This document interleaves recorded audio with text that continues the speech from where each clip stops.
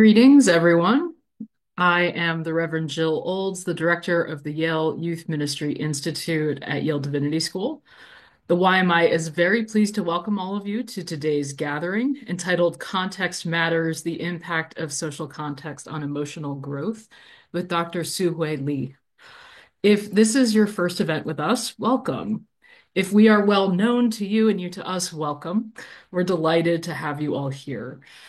For our time today, Dr. Lee will speak to us. We'll have a brief Q&A session at the end of her presentation as well.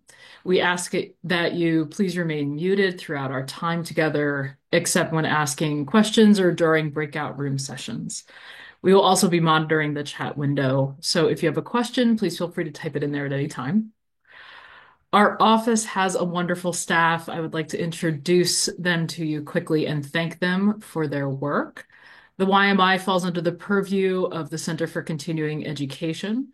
So we are blessed to have the managing director for the center, Kelly Morrissey, and our communications coordinator for the center, Megan Lukens, on today's webinar. Thank you both for being here, for all that you do, and more importantly, for who you are. If you are new to the Yale Youth Ministry Institute, we invite you to peruse our website when you get a moment. That is yaleyouthministryinstitute.org. We have a whole array of resources on there. We have curricula for your youth, training modules for youth leaders, discussion forums. We have over 1,000 video clips and lectures given by the world's leading youth ministry experts. We have resources for anti-racism work, for youth working through mental health struggles, for LGBTQIA plus inclusion. We have mission and outreach endeavor ideas. We have links to other articles and materials. We have a whole lot on there, and that's all available for free. So please do check out our website. This is our fifth gathering for this year's Lunch Lab series, and it is our inaugural effort sponsored jointly by the YMI and the national setting of the United Church of Christ. We are together offering a set of webinars. The United Church of Christ's Love of Children program was recently awarded a $1.25 million grant through the Nurturing Children Through Worship and Prayer initiative by the Lilly Endowment. Through this program, the United Church of Christ is committed to an intentional 4-year-long period to research the state of children's ministry. They are intentional in equipping ministry leaders to make meaningful changes to include children in the life of the church more fully. They will be creating resources and strengthening relationships among clergy and volunteer leaders, and doing all of this for the benefit of our youngest members and friends. Today, we have the Reverend Tracy Potter and the Reverend Tyler Ung with us on today's webinar representing that program. So welcome, Reverends Potter and Ung. One such way the love of children is living out its purpose is through this partnership with YMI. We will together create 6 educational webinars each year around some of the most pressing areas for children's ministry. Some of the topics therein will include child development, as you will hear some of today, storytelling for young ones, tending to parents, children's involvement in worship, trauma-informed ministry with children, and fostering prophetic action in young people. Our next gathering will be on Wednesday, March 12th, where we will hear from Mr. Mark Yaconelli on storytelling with spirituality. So we do invite you to join us for that as well. If you would like to hear more about the Love of Children initiative, please also consider visiting the website that will show up in your chat window in just a moment, which is ucc.org/loveofchildren. And now, without any further ado, it is my pleasure to introduce all of you to today's presenter, Dr. Lee. Dr. Su-Hui Lee is a board-certified clinical psychologist with more than a decade of research and practical experience with community and boarding school populations. She received her PhD from The Ohio State University and completed her internship and postdoctoral fellowships at McLean Hospital, Harvard Medical School. She continues to hold an appointment as a clinical instructor at Harvard Medical School and was the inaugural course director of the multicultural training seminars at McLean Hospital. Her areas of expertise include cognitive behavioral therapy and the treatment of anxiety disorders. And other clinical interests include cross-cultural adjustment, issues of first-generation and international students, identity development, and relationships. Dr. Lee currently serves as the Director of Counseling and Psychological Services at Phillips Exeter Academy, providing individual psychotherapy, crisis intervention, triage, and short-term skills groups trainings to boarding and day students. She is passionate about her work and enjoys opportunities to consult with faculty and staff in student organizations. She has also been invited to provide workshops on the treatment of anxiety disorders, both locally and internationally, most recently in China and Japan. And she is fluent in English, Mandarin, and Taiwanese. Dr. Lee, welcome. We are so blessed to have you in this space. Thank you so much, Reverend Oates. Thank you, Reverend Potter, Reverend Ung, for your invitation to be here today. Um, I will say context really matters. I'm going to provide one right now, which is I'm under the weather. So that context will account for my voice. I am not blessed to be somebody who sounds really attractive when they're sick. I'm not it. But I didn't want to miss the opportunity to be with all of you today. And with the context that we're all in right now, I find it especially important for us to have this conversation today, and for me to be with you all as we discuss how to best support young people. So, thank you for welcoming me and joining in your community. It's funny when I hear intros like that about me, it almost sounds like somebody different than someone I know. And then I realize, oh yeah, I wrote that.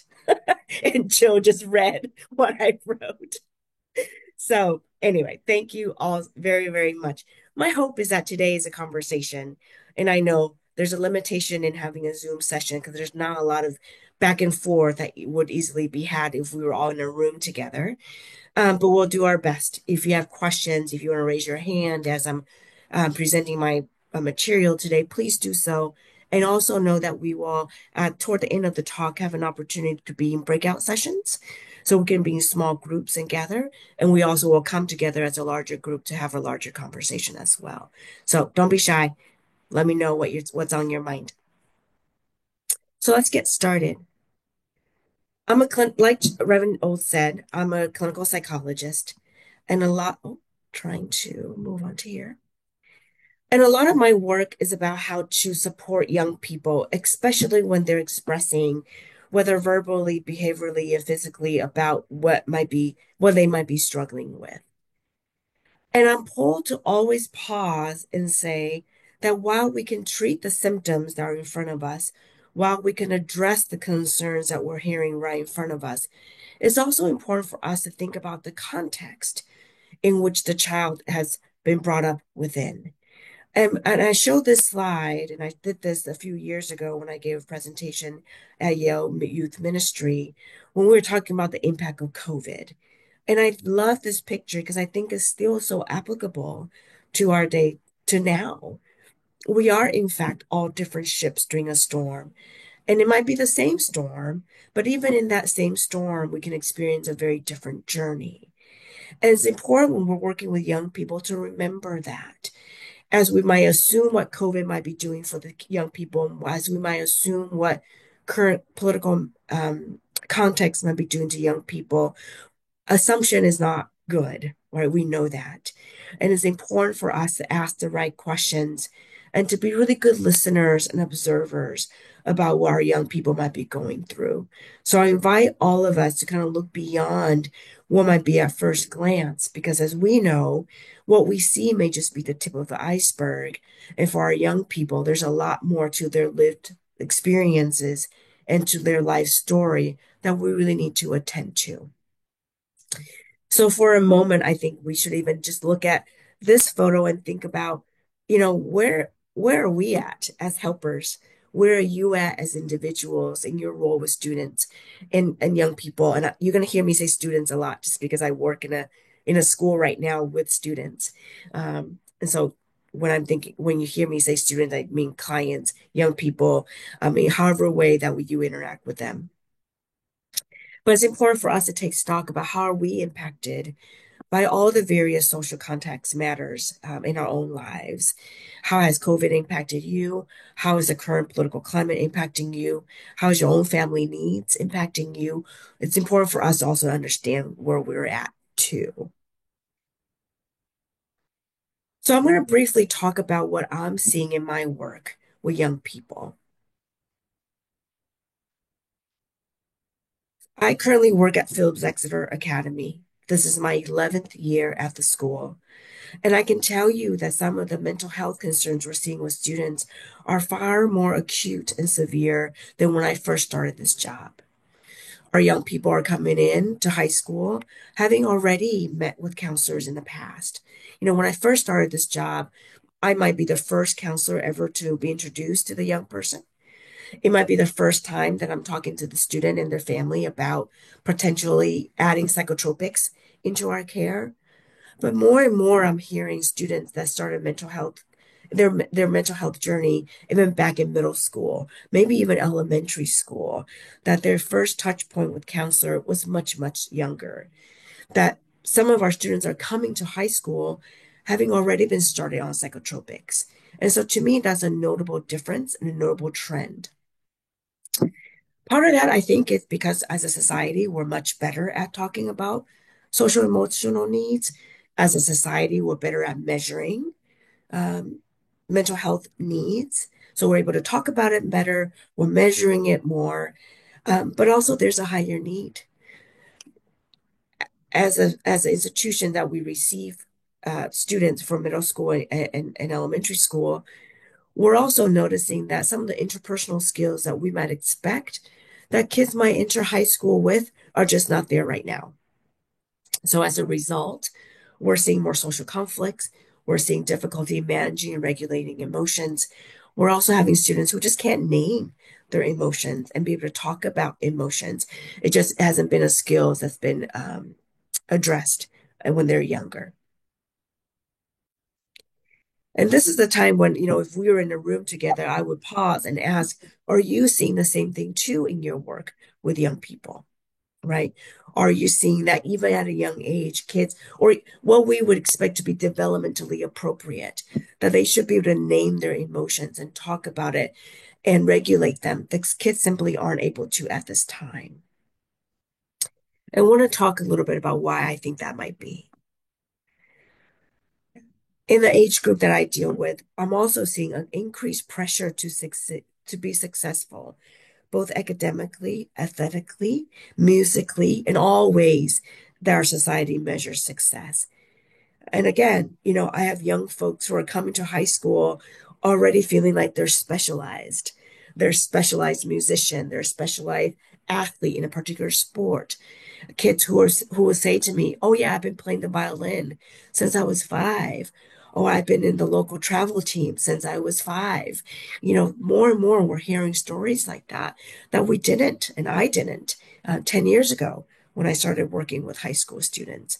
So those are very notable that this pressure is starting very, very young, and the skills to navigate that pressure just simply isn't there. And so it's natural then to see the social emotional impact and the mental health toll on our young people that we're seeing. So why? Why is this happening? So I have some guesses, and I'd love to hear from you all. And again, I can't manage to chat at the same time, I don't think, but just for you all to share among yourselves, it's only about 40, about 50 of us on the chat right now. What do you suspect is happening that leads to these observations clinically?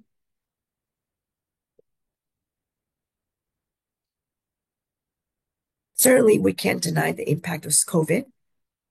COVID meant that a lot of our young people spent a couple of years of their middle school years online. And so many of them weren't able to be in the classroom and engage in natural learning environments to have some of the social conflicts and exchanges with their peers to work out some of those issues. So, as I said before, we're seeing roommate conflicts, classroom management difficulties that we simply don't expect in a high school, and certainly not in a high school of a caliber like Phillips Exeter Academy. But we are. And it's because they haven't had a chance to work out some of those things um, before arriving to a school like ours. I'm taking a peek at what folks are sharing. Yeah.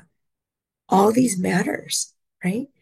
At a time that students are dealing with social separation, think about what the adults, their caretakers in their lives was going through as well, with our own anxiety and angst about COVID, and other upheavals that was in our environment. I'll jump to social injustice and the political upheavals because I think we're in another wave now. Just now was a presidential election and all the impacts that we're seeing now unfolding. This is happening in real time. We have young people whose identities, whose livelihood, whose family stability is being challenged in real time. That is happening right now. I think about the impact of social media. I did not grow up with social media, and in so many ways, I'm so thankful. While it may keep me afar from my family back home in Taiwan, in a way that we're connected today through social media, which I'm also thankful for, the other costs of social media on our young people is undeniable. The way, young people developmentally is, I think about high schoolers, developmentally, it's a time to do a lot of social comparison. Who am I in relation to my peers? Who am I in relation to my parents? And as I often say to high schoolers, is this a time when you think a lot about where do my parents' impact end and the rest of me begin as I navigate that with my peers? Well, when you're supposed to be doing that developmentally, and you're doing that with the help of social media, it kind of blows up, right? Social media provides us images that are either real or not, that we're supposed to be socially comparing ourselves to. We're seeing more incidences of eating disorder eating, body image concerns in young girls. We're seeing a lot of pressure to succeed. And again, a lot of that is fed in this reality that's present on social media that I would argue may not always be real. I go to the definition of success. I have young people who now they will say, their dream and their definition of success would be being YouTubers or to be social media influencers.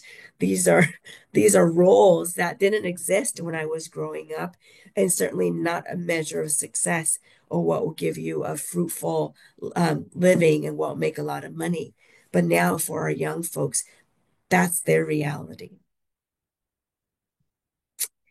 And certainly all, the pressure and the fear around our climate, we see it every day about ways that our climate changes are happening, and from natural fires to tsunamis to all the things. I'm thinking about even the LA fires recently. Like it's something that our young people cannot get away from and are loud in their lives.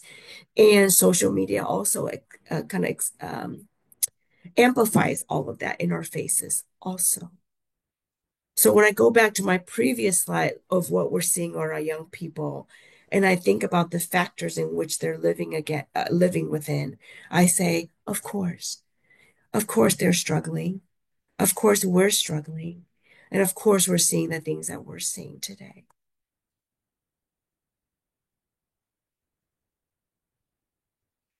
Just taking a peek at the chat. Yeah, we see it, don't we?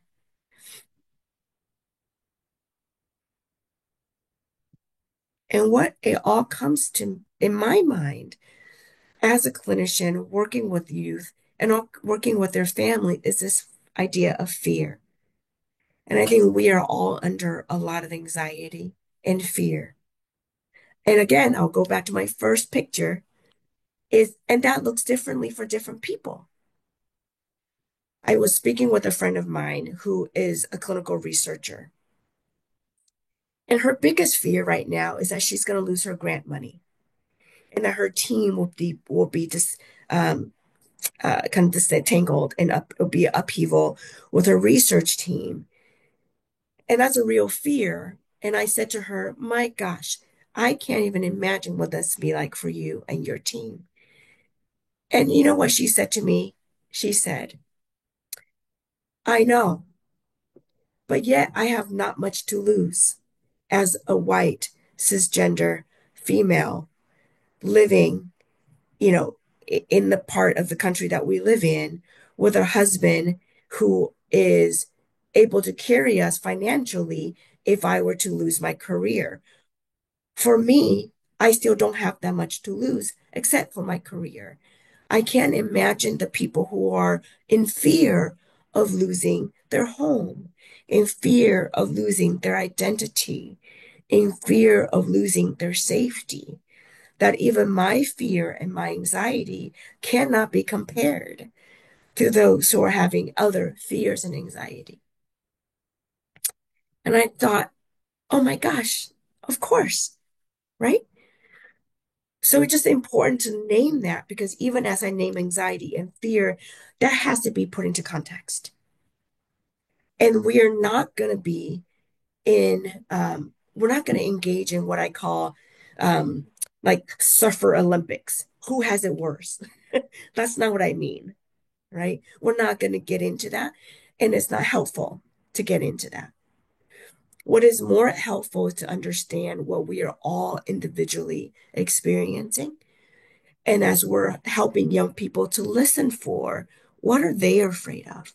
What is causing their anxiety? And what are the things that we can do to help minimize some of that in the powers that we have, recognizing that we ourselves are also holding our own sets of fears and anxiety. Does that make sense? And this is what I mean. Context matters. So what do we do? Because I don't want this to be an hour of feeling helpless about it all, because I can tell you, and there are moments when I feel that way. I feel like the issues are so big, and the fight is so grand. And who am I, little old Suhoi, with her raspy voice right now? What am I going to do? And I think as helpers, we can fall into that trap of feeling helpless. So I hope that in the rest of this conversation, now that we've named how big all of this can be, that we also think about the ways in which we can help and the ways our young people actually need us to help right now.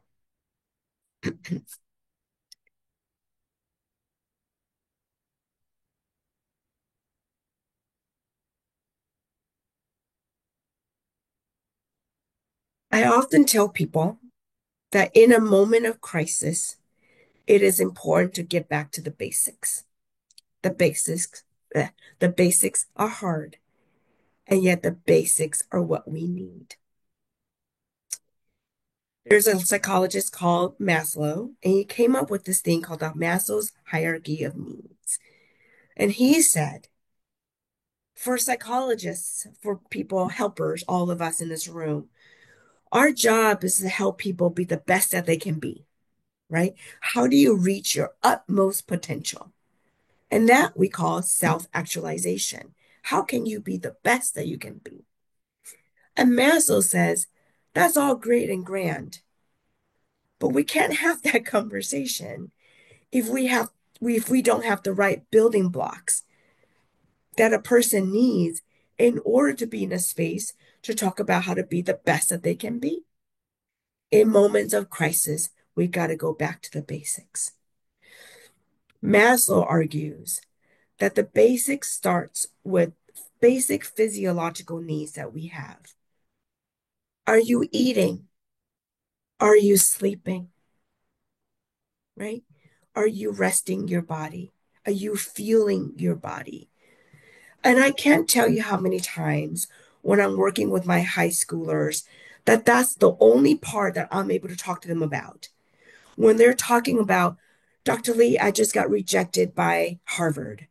Dr. Lee, I just got a poor grade in my exam. I got disappointing news about a relationship, or I'm worried about, right? When they're talking about all these big worries that they have, and I say, well, have you been sleeping and eating? And they say, no. And I say, well, we can't have any big conversations about all these other things that are happening in your life if right now you're not taking care of your basic needs. Because if we're not well fed If we're not well rested, our ability to think clearly, to problem solve, to manage our emotional distress is simply going to be compromised. If you're not sleeping, you're not eating, everything's just going to feel bigger, and your ability to face those things are just not going to be there. We got to get back to the basics, right? So Maslow says that's got to be the primary. Are we doing that? And once we're doing that, are we safe? And what he talks about safety is safety around, do you know where home is? Do you have a roof over your head? Do you feel safe in your environment? Do you have the basics that you need to get about your everyday? And right now, we have people that we're caring for that the fundamental needs on these two levels are compromised. There's food insecurity, there's housing insecurity, there's the climate insecurity, or, impact of climate change that has led to the insecurities of these things. We have to get to the basics. And how do we provide support for our young people to assure those last two, the fundamental levels of physiological and safety needs? And then Maslow says, if we're able to feel physiologically, and I would think he's talking about physiologically safe, do we feel psychologically safe? And that's where love and belonging comes in. Do our young people feel loved and accepted and in a sense of belonging? And that too is being compromised right now in real time, right?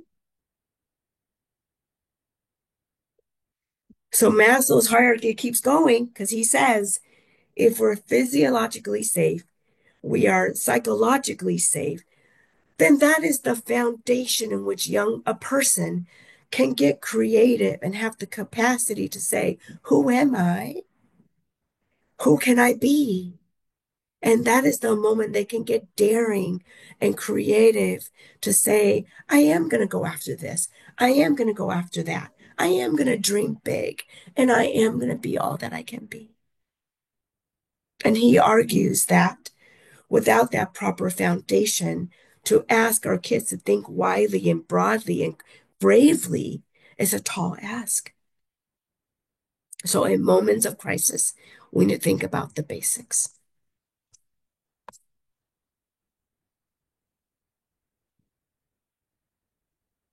I just want, I'm a visual person. So, I want you to kind of take this in, right? At our school, we talk a lot about, at a school like Exeter and many schools, we can take care of the physiological, right? We can feed our kids. We can make sure that they have safety around the environment that they're in. We talk a lot in our campus about belongingness. We make sure that we can address things like food insecurity and safety and people feeling that there are affinity spaces for them, cultural spaces for them, and places where kids can land and feel secure. But that's a very privileged environment. Not all kids have access to all of that. So I seek your partnership in thinking about what are the needs on the grounds for our kids to help provide some of these needs that they have.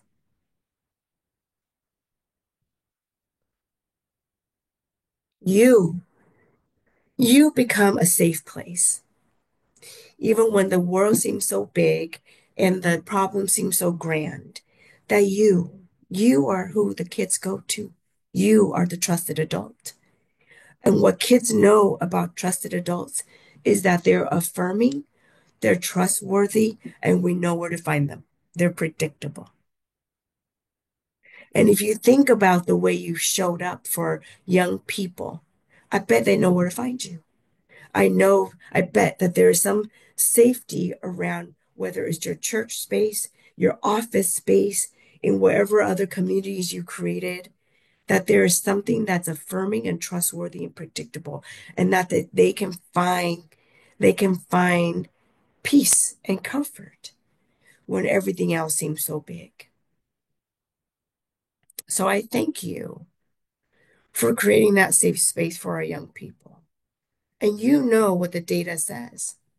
And you know what the data says, especially for our youth that are most vulnerable, our trans students, our students um, who don't feel belong, don't feel safe in our communities. We know that all it takes is one trusted adult. That if there's one trusted adult in our young person's lives, that decreases suicidality by more than half. And that data is especially alarming and true and powerful for our trans students, for our trans youth, right? So thank you. Thank you for being that trusted adult. Thank you for being that safe space and creating that. And we need you more than ever. All right. So I want to think about this next part. You created a safe space.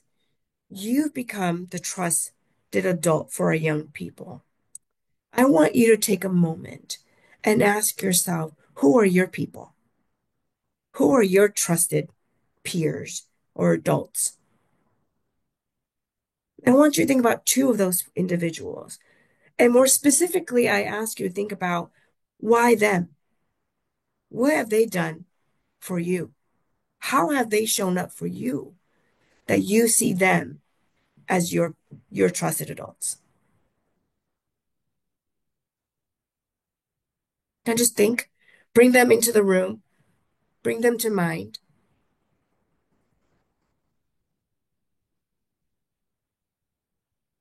And more specifically, I ask, in all the ways that they've showed up, how did they listen? Were they good listeners? Just think about that. I'm planting some seeds here. And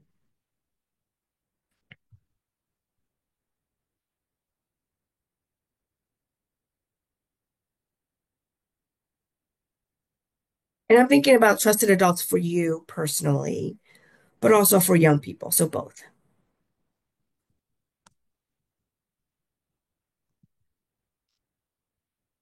Okay. All right. So hold all that. Hold that in your heart, in your spirit, kind of in your space as we keep going.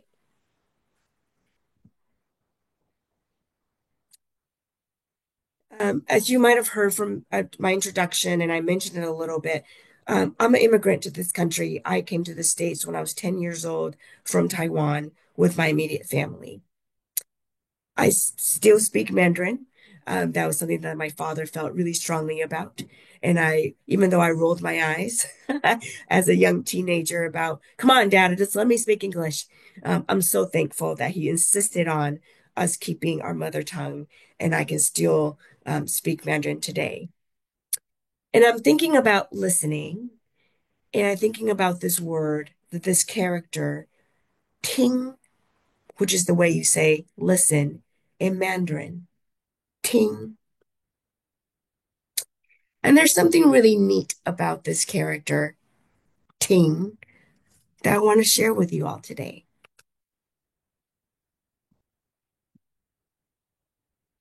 In this character, it embodies all the elements of what listening is. To start, listening is to use your ears, the red. That character, in and of itself, literally is ear. To listen, we use our ears. But to listen, we also use our eyes. That's the blue part. So we're not only attending to what the words are expressed to us, we're also observing any nonverbals that might be present. The purple is it's one, singular. It also means undivided. It means to focus. That when a person is in front of you wanting you to listen, that you listen with the words, you listen with your eyes, but you also give them your undivided attention. And with that undivided attention is Wang, which is the green part, king, or to pay mind, that they are in that moment the king. They are in that moment your sole focus. They are in that moment the truth holder of the information that they're providing you. And the last character that's embedded in this word is the orange, and that's heart. That you listen with your heart, that you are present to be there with them. Fun fact, my Mandarin name, Si Hui, and the characters each have heart embedded in it. I actually think that's kind of cool because I became a psychologist. Somehow I feel like it's all meant to be. But when we think about the character Ting, I'm always in awe of what it actually shows me. This character shows me and teaches me that to be an active listener, we need to attend in all the way we hear, the way we see, the way we're focusing, and the way we're feeling and being present wholeheartedly in that space. I ask you, when you thought about the trusted people in your life, your own life, the trusted adults for you, do they do this for you? Do they listen with their heart, with their eyes, with their ears? Do they give you that focused attention? Do they believe you because you're the holder of the truth?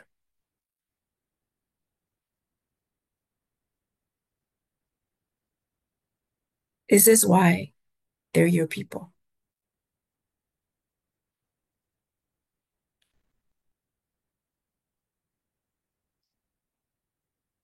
Oh, how I wish we were in the same room right now.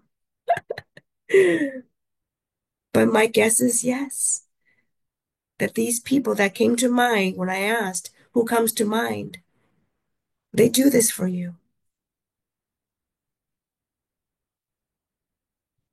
And I would guess that if I were to ask the youth who have been blessed to be in your presence, that you do this for them,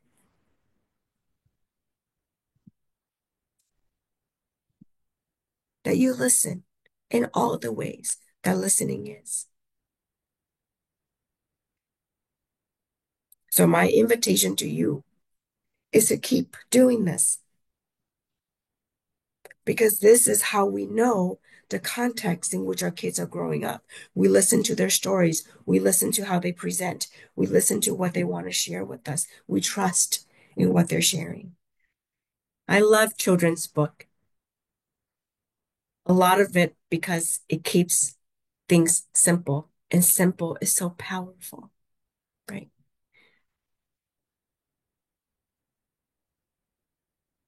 I want you all to just take a moment, and we're going to break out in small groups in just a minute. But I want you to take a moment about just what you got from that story, what came up for you. I'm even interested which animal you resonate the best with. I use this book when I'm coaching parents a lot, um, because sometimes with parents, they just want to problem solve. You know, when their kids are talking with them, especially adolescents are talking with them, the last thing they want is their parents' input or solutions. What young people want a lot of times is just for us to listen and to hear them and to validate.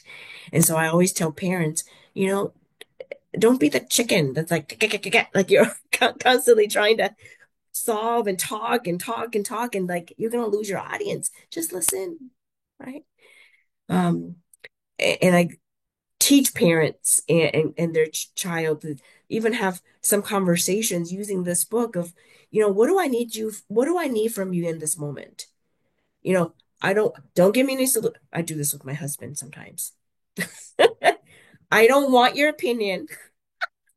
I just want you to hear me out, right? Or I'll say, all right, I'm at a loss. What do you think I should do? Like as a couple, as two people who are having a conversation, whether that's partner, parent, child, we need to be pretty clear about what do we need in that moment and what do I need from the our what are we asking the other person for, right? And to really think about that. And so when I think about the various animals that were presented in the story, they're all within us. We all have those different parts. We have parts when we want to avoid. We have parts when we want to problem solve.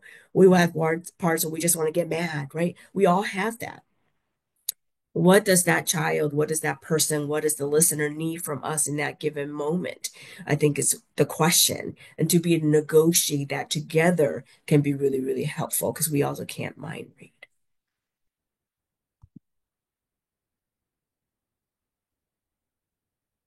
I'm looking at all these chats. I hope you are too. Um,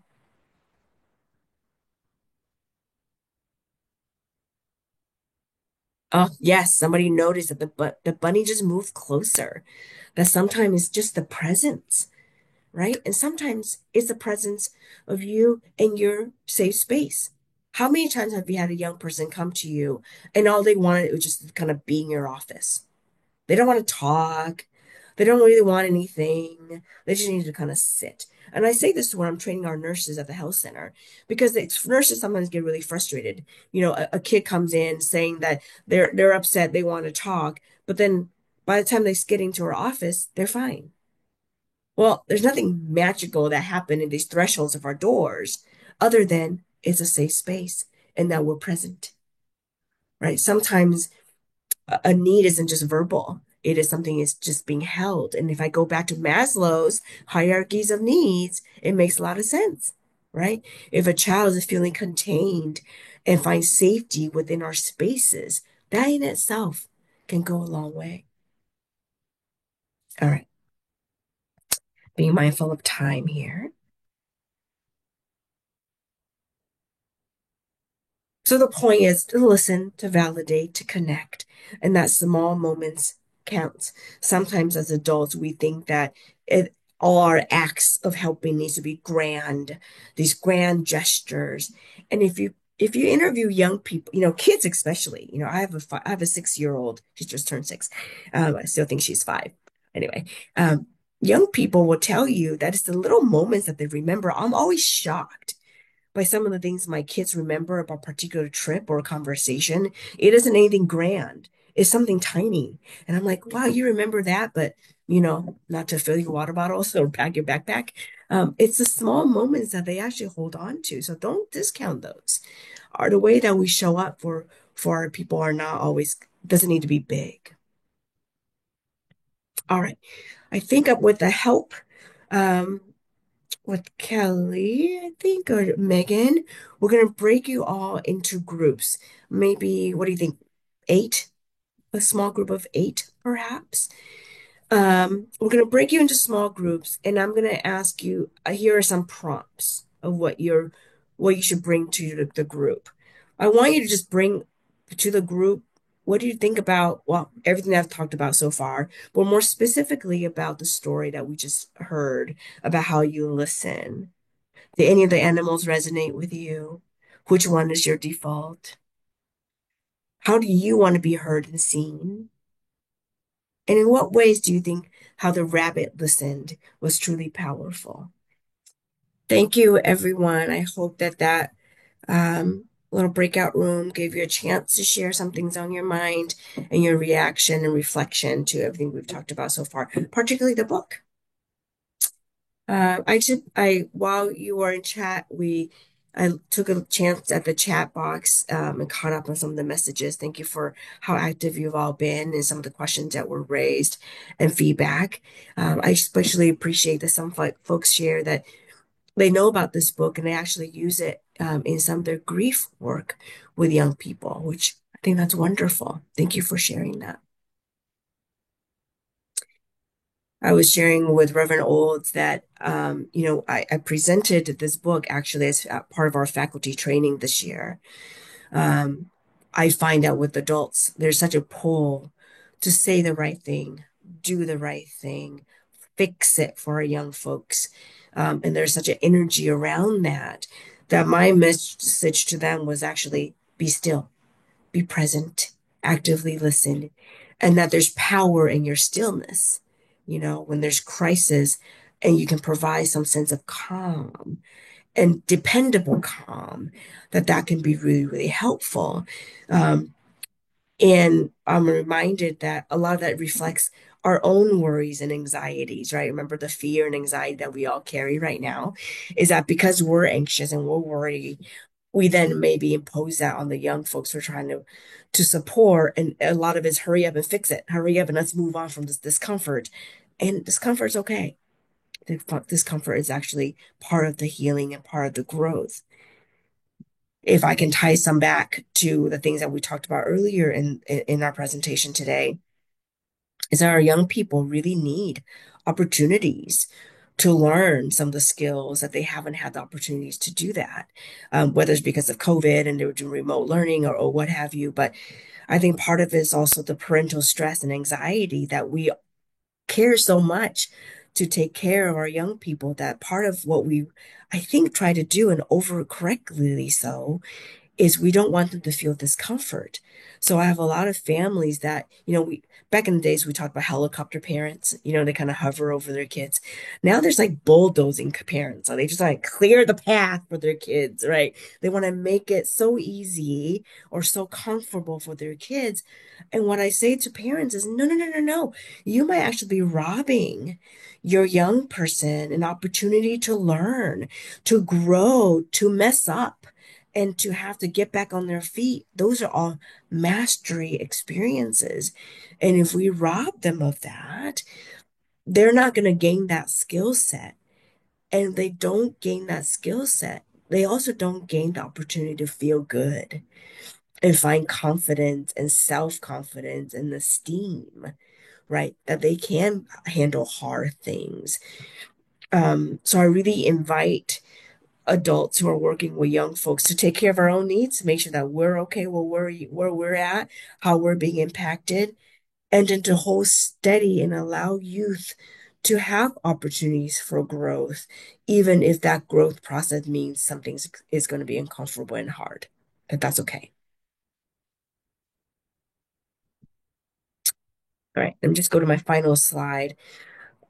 I do every single talk. I don't care what kind of topic I'm talking about. I could be talking about anxiety to depression to whatever, to something like this with you all. Is I always, always stress that we can't pour from empty cup and that we have to take care of ourselves and that we have to practice self-compassion for ourselves as helpers. You know, we give and we attend and we provide, and yet we have our own context in which we're living through. And the best thing we can do for our young people is to make sure that we take care of ourselves. Because if we don't, we risk not only burnout of ourselves, what we also risk is that we work through our own stuff through them. And that can be very dangerous, right? And I see that sometimes in the work that I do when adults are fulfilling their own needs through the kids in which they help. And we can't do that. That's not fair for them. And that's not good and not kind to ourselves. So please, please lean on your people. You brought a couple of them into your mind and your spirit today in our presentation. Who are your people? Where are your safe spaces? Where are places that you can feel affirmed and you can ease your spirit and your anxiety? Make sure that you call upon them also, just as I know you provide to those around you. So I'll take a moment to pause. I'll bring the Reverend Jill Olds back into conversation with us and really open this up now to a wide audience Q&A for all of us to spend some time together and off slides.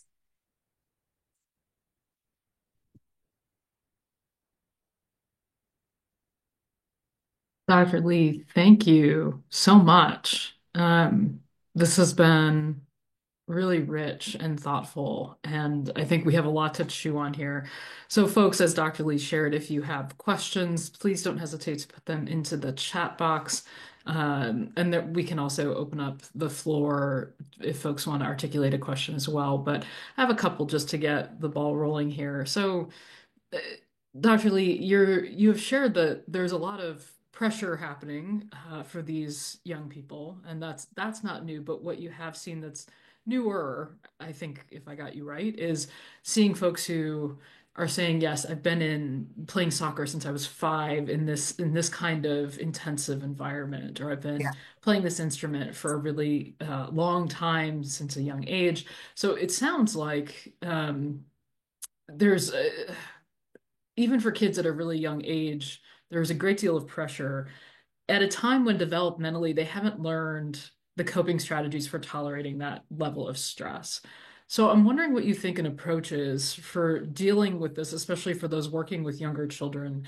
And I'm coming at this with a bit of background and having worked with you before, and you just kind of leaned into it in your last comments here, but you've talked about the Mhm. importance of letting kids try things and fail too in order to build resilience. There's also a time I'm sure when it Mhm. can become too much. So I'm sort of curious where the balance is in pushing youth in and younger kids to into a space where there's a lot of potential for them to struggle, but also know that they are held at the same time. Can you just wonder with me about that a little bit? Yes. We have to start with the parents. I think about our poor parents, and I'm one of them. We are in a culture that is very outcome based. We are in a culture, and social media doesn't help, where we're seeing things like Pinterest and Instagram about all the ways that lunch boxes should look and what I can't stand this. What activities should we sign our kids up for?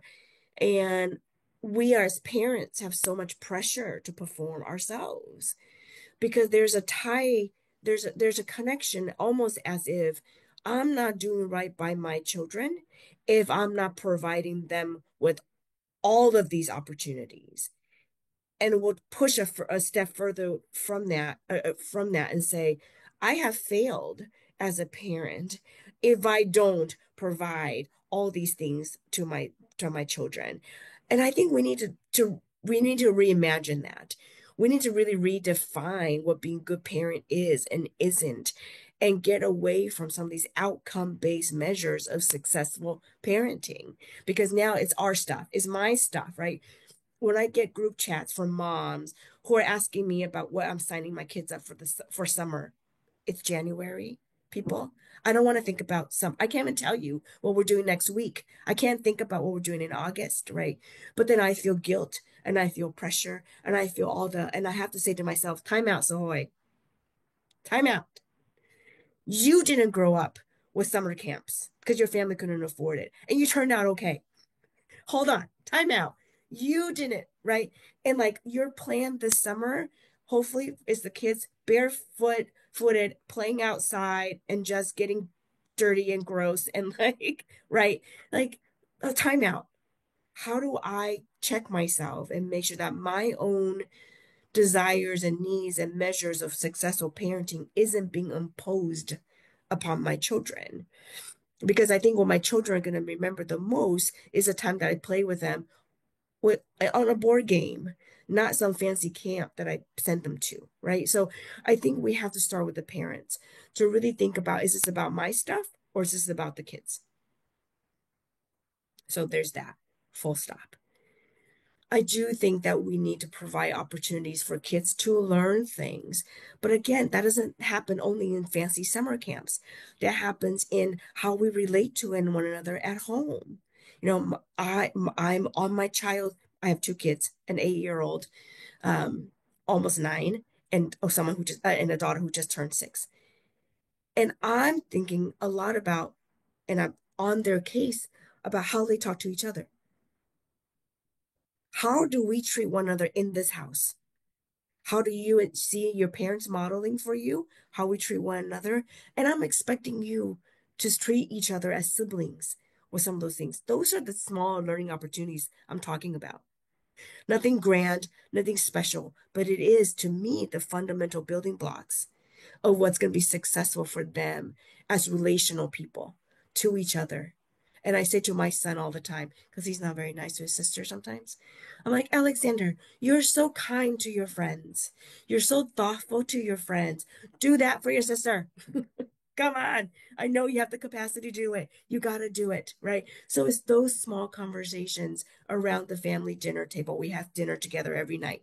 That is something that I grew up with, and I'm insisting on that for my children. And it's those moments how we talk about our day, how we talk about the people that might have hurt us during the day, the people who were kind to us during the day. How do we show up for our friends? It is these little simple things that are learning opportunities and that we push our children to make right. If I know that my daughter was sassy and running her mouth about something with her friend, I have her go back to that friend the next day and make right. It's these little moments that is not about me emailing the teacher. Well, I heard that this happened in the classroom, and what are we doing about it? No, I'm going to send my child back with some skills to work it out with her peers and try that first. And if things don't go well and there needs to be a parental intervention and supervision from adults, then we get in.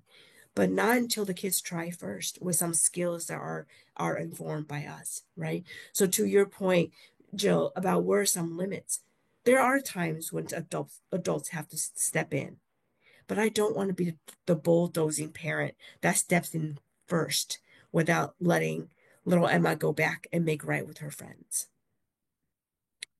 So I Yeah. think we have to start with the parents. We have to redefine what successful parenting looks like. We need to untangle our own need to be good parents with what we need that child to perform to make us feel good. And we need to think about the everyday moments. Yeah. Yeah, thank you for that. I've heard you speak before about helicopter versus bulldozing, and I use that a lot. It's a fascinating conversation, but it occurs to me to sort of mix metaphors a little bit. Safe space doesn't mean a fully bulldozed area.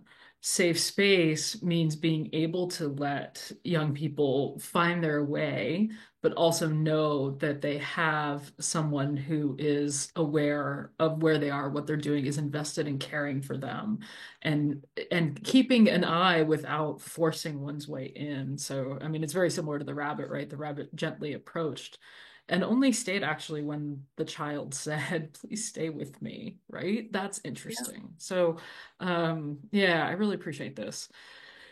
Let's see. So someone is asking the question more based upon the reading, the advanced reading that you recommended. Yeah. How do we provide free play opportunities for kids? Because that was something that was highlighted in one of those chapters as being really beneficial and important. Again, I think it starts at home. Are there opportunities at home for kids just go outside? And again, context matters. Not everybody grows up with a yard they can get to or, streets that they can play in. So I appreciate that. But are there spaces where kids can go and their full point is just to play? And they may be provided with activities, you know. I do this with my children. Sorry to keep using my kids as example. I'm not a perfect parent, I can tell you that. But I force my kids to figure out free play. So we have a playroom, and there are things in the playroom from puzzles to Legos to coloring to, I don't know, books, to different things. And their job is to figure it out. And my kids will come, but I'm bored. If I get $1 for every time these kids come to me and tell me they're bored, and I say, good, figure it out. Keep yourself. My kid's going to be so sick of me saying this. Keep your own good company. You're bored. It's okay to be bored. Boredom is not something bad and scary. Now, how to keep yourself company? Go find something to do. Playroom. There are lots of options, right? So it forces them to figure it out. They would rather watch TV. My children will much rather watch TV anytime because it's figured out for them. It's constant entertainment. They're passive receivers of input. So easy. I love it too, right? But I force them to go to the playroom and figure it out. Keep your own company. We buy you guys all these things from the coloring paper to, puzzles to, right? If all we need was just TV, then we don't need a room full of toys. And they get nervous because they see me with sometimes I come with a trash bag and I'm like, what am I donating? And they go running. No, no, no. I still play with all these things. Okay, show me, right? Show me that you play with these things. And so I think it starts at home. There's an opportunity to just be bored and keep yourself company. And we don't need to overschedule our kids because we do. We have lots of after school programs, and some of it that's by necessity because parents have to work. I understand that. I'm one of them. I'm also a working parent.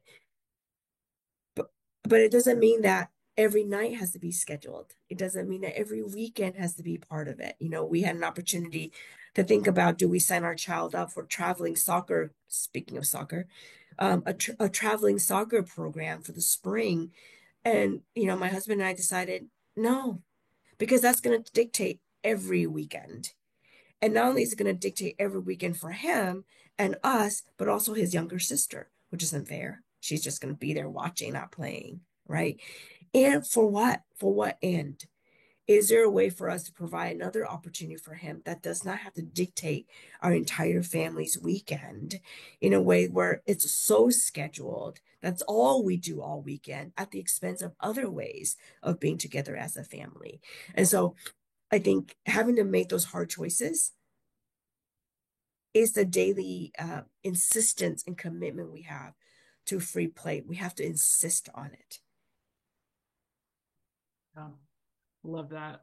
Um, in my younger child, who is similar in age to your kiddos, they have soft start in their classrooms, which is a time of free play with self-selected, they have Lego and they have different interactive things that can be done. And it's one of the things that reminds them this isn't all just scheduled sit at your desk and learn. It's you get a choice and you also get some downtime to sort of ease into the day, which warms my heart when I heard about it. It's like, why didn't they have this 30 years ago when I was your age? But um, And I think for young people, and I'm thinking young, like elementary school yeah, age, right? Middle school age, teach them how to be bored.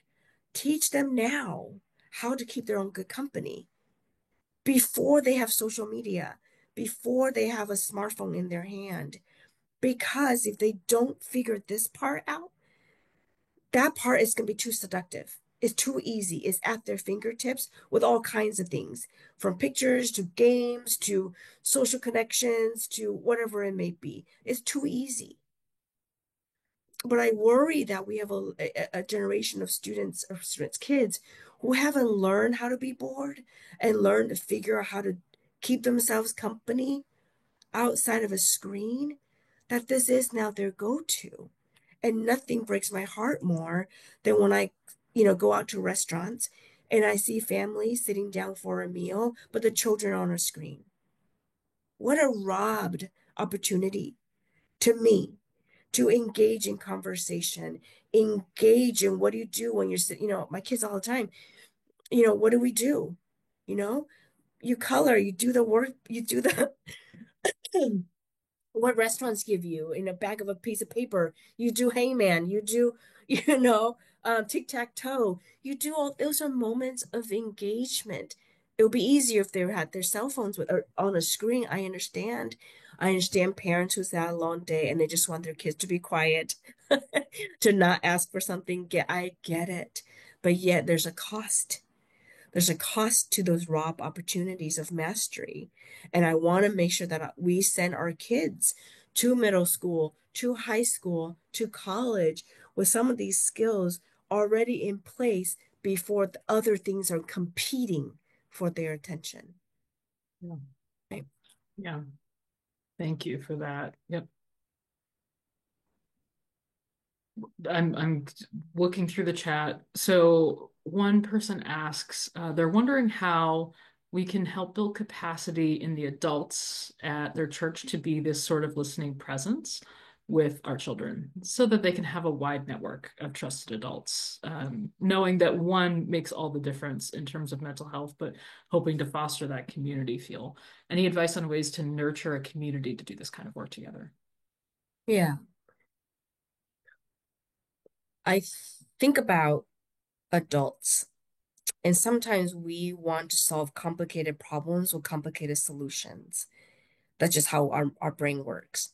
And I always tell people, get to the basics. And you know what? You know how. When I train adults, whether it's the faculty I'm working with, classroom faculty, coaches, and I say to them, you know more than you give yourself credit for. You have the skills more than you think you do. There's there's a lot of fancy things we counselors do in our counseling sessions, yes, but also some of the basic things we do, you know how, right? And I think when I hear the word capacity, I think about someone who's overtapped. And we have a lot of adults who are overtapped. They're at their max in terms of how much more they feel like they can take on. But think about the culture and the society which we live in. Yes, we're all overtapped. And when you're overtapped and you think somebody is telling you to learn a new skill set to work with the kids you're working with, they're like, I'm out. I can't. Right. And I flip it and I say, no, no, no, you don't have to learn a new skill. I'm just asking you to do something that I know you know how to do, which is to listen. You know how to do that as a teacher. You know how to do that as a coach. You know how to do that as a parent. You know that how to do that as a friend. You know how to do that as a partner. I am not asking you to learn a new skill set. I'm not asking you to take a course and be certified for something different. You already have this.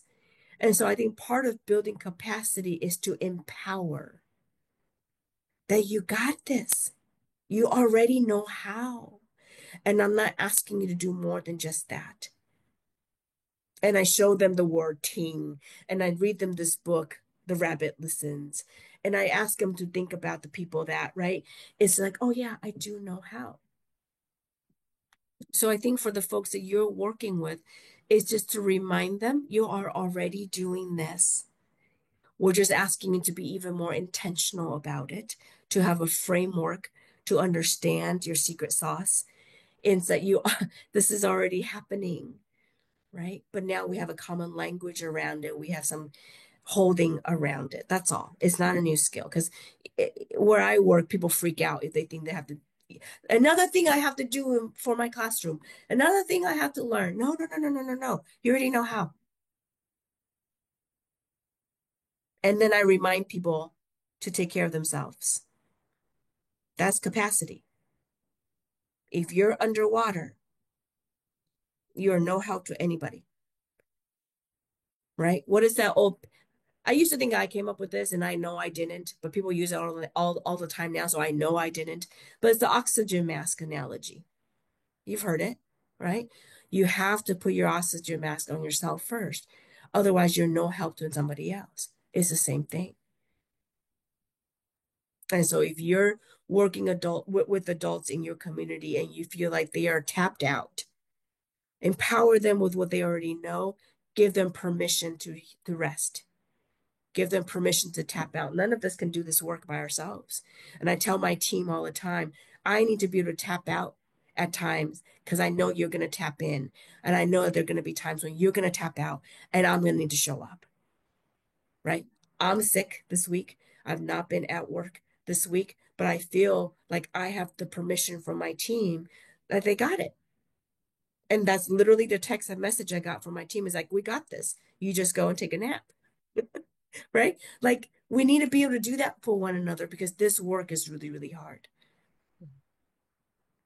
Yeah, a good number of the folks on this chat are in a cohort of fellow practitioners, and I think that's a big um, advantage and gift, and also goal of what the UCC is working on right now to create these kinds of gatherings so that folks can feel supported with each other. Um, I want to, in our remaining just couple minutes, a super quick question. I think it's quick. I guess we'll find out. But you mentioned something really intriguing about how our youth, the youth you're seeing, many of them started their mental health journey earlier, and you're seeing that that's happening earlier and earlier, even sometimes for elementary school age children and preteens. Are you seeing this as an advantage in your work that they're starting to be savvy to these things, or are there are there concern? I mean, obviously, the more aware we are of our mental health, the better we are, right? But Yeah, yeah. are you seeing any additional layers of stress in relation to I have to figure this stuff out? This is another thing that's taking all of my anxiety and time, or is this just straight up benefit? Well, I'm biased, right? I'm biased in that I truly believe in the space that counseling, just like for all of you, ministry provides. You don't have to have a diagnosed condition to see a counselor, right? Seeing a counselor is merely an opportunity, a tool in your toolbox to think out loud with somebody who's not in your life, to think out loud and process out loud with somebody who you don't have in that moment have to take care of, that you can freely share without filtering. That's what counseling can be, right? And so knowing that counseling can be in someone's toolbox, I think it's a wonderful thing. When I present my numbers to our trustees, when I say 1 out of 3 students seek out counseling support in our school, some of the trustees will freak out and say, "Oh my God, like, are our kids that sick? Are they that?" I'm like, "No, no, no, no, no, no, no, no. This is good. This is good." Because no, not all of them are coming with diagnosed conditions, but a lot of them are coming in just to talk about something, right? And again, remember, I'm working with teenagers. Right now, developmentally, they don't want to talk to their parents. They just don't. Not because what their parents say is wrong, because oftentimes they are, and that's part of the annoying part of it. But right? But I, as the counselor, can say something to a child, an adolescent, that they just are able to hear from me, a person who's not in their life, that they simply cannot hear from their parents, even though they're right, but who is in their life in the role of the parent when they're trying to individuate from their family or from their parents in a developmentally. So I think it's a very good thing that 1 out of 3 kids are coming. I think it's a very good thing that at a young age, kids are being exposed to counseling as a tool. What I think is a terrible thing is some of the reasons why kids are having to go to counseling. When I think about young people who are losing lives of loved ones in tragic events or other circumstances, then I think that's sad, right?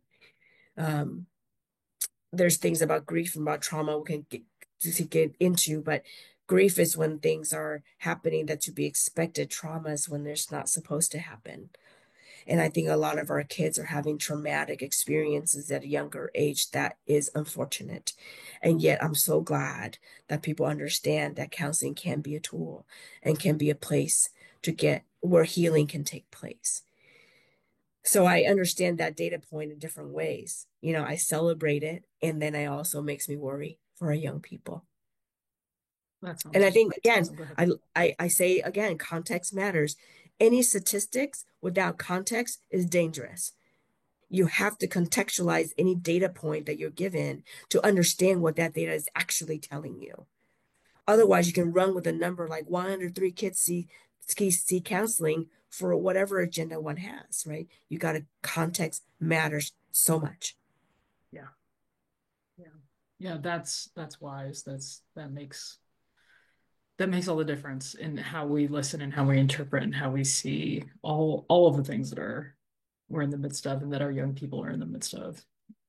Dr. Lee, thank you so much for this time. We are Thank at you. time. We could, I think, go on and on with all of this because there's so much there. But so grateful to you, so grateful to the United Church of Christ. Thank you, Reverends Potter and Ung. And we hope that this has been a blessing to you all. Blessings to you as you continue in the work. Thank you, everyone. Thank you, everyone. Take good care.